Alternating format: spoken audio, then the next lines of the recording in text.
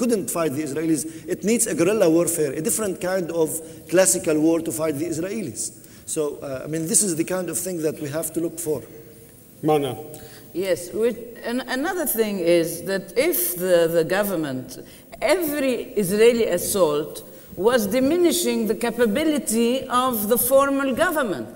So other people had to step in to be the opposition and the resistance force, because at every assault of Israel, you diminish the impact and the efficiency of official governments. And this is what happened in Lebanese. May I follow up, please? A brief word from this side, then I'm going to go back to the question and see if she was satisfied with the answer. No, they stepped in to diminish the whole of Lebanon. Okay? I mean, if you're complaining that Israeli assaults were diminishing the government, we saw the destruction of Lebanon as a result of this intervention on Hezbollah's part. All right, let me go back to the question in the front row. Are you happy with the answer you got from this side? What I believe is that, okay, it might not be a private organization, but I don't see, if it's not with the government, I know it's not, I'd consider it private. And if we slowly have them defend their country, we have Bin Laden considering he's defending Islam and he's portraying Islam to the whole world. And he thinks he's defending Islam. I don't believe he's defending Islam. But they're sharing their point of views and what they believe is right without concerning the government, without going back and asking the people who are in control. And their role is to do. All right, thank you. We're going to take a question from a gentleman right at the back, please. The question here is for Mrs. Moussaoui from the panel there. When Hezbollah carried out their action on behalf of Lebanon, did they consider the impact or consequence on the rest of the population of Lebanon, which constitutes the other big majority, considering the Druze, the Christians, the other Muslim, or it simply acted on behalf of owing to them all the other Lebanese population? Makram-Ebeid, what do you think? You weren't there, but what do you think?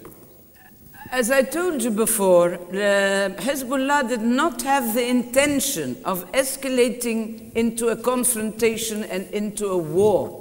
This was a localized thing which they had announced. They wanted to release their prisoners. You really believe that with the hundreds of missiles that they had stockpiled, they didn't want to escalate? You really believe that? I do really believe so. They wanted to have a swap.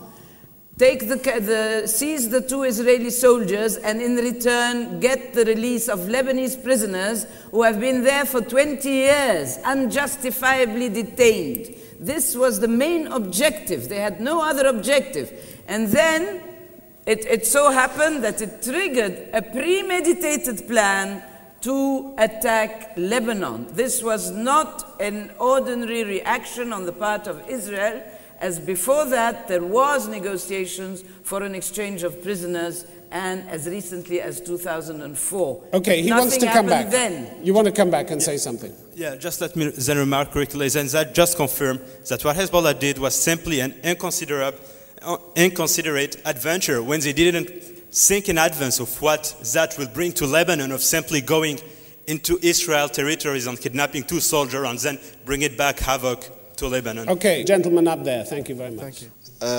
My question is, considering everything you have said about Hezbollah, and considering that Hezbollah was really looking out for the best of Lebanon, don't you think its militia of 50,000 men and 22,000 rockets should have joined the Lebanese army? Don't you think they should have joined, your militia should have joined the army? We're not a militia, first of all. We're a resistance movement. And now if you look at what we're doing, we have always been fighting for Lebanon, whether with the Lebanese army or without the Lebanese army. The Lebanese army was not there. We're assuming a role which the Lebanese army should have done. I believe this question should be asked for the political leadership that didn't allow the Lebanese army to assume its proper role. What do you think about the answers you had? You happy with that? Yes, but it's just that Hezbollah was given the opportunity of being part of the Lebanese army and having command of some troops, so it could strengthen it. I don't see why they always blame the others for not wanting them there, and they just claim that they're resisting doing something in Lebanon's name. Do you think that Hezbollah should disarm now? Maybe not disarm, but join the Lebanese army, which they claim weak. We're joining the Lebanese army, but it does not necessarily mean that we be part, just like a brigade, one of them, there with the checkpoints, and everybody sees that Hezbollah. We're part of the Lebanese army in the defensive strategy. Okay, question in the front row. The question is that this adventure, whether calculated or not calculated, we have to look at the other side. Was Iran behind it? Because the Israelis were talking about a preemptive strike on the Iranian nuclear facilities.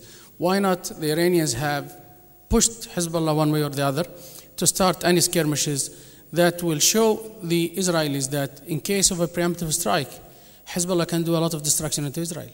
Manar Makram-Ebeid. Why not reverse the question and see that Israel was being pushed by the United States in order to show Iran that it can get to Iran through Lebanon? But what was...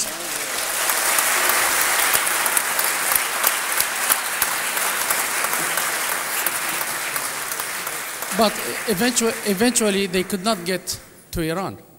They destroyed Lebanon. But the Israelis have learned that, you know, the Hezbollah could do a lot of damage. So wasn't it, I think it should be the other way around. That the Iranians wanted to send this message because this frontier, this northern frontier to Israel is open. We know that Jordan will not fight. We know that Egypt will not fight. We know that Syria will not fight. They've been controlling themselves for the past 40 years.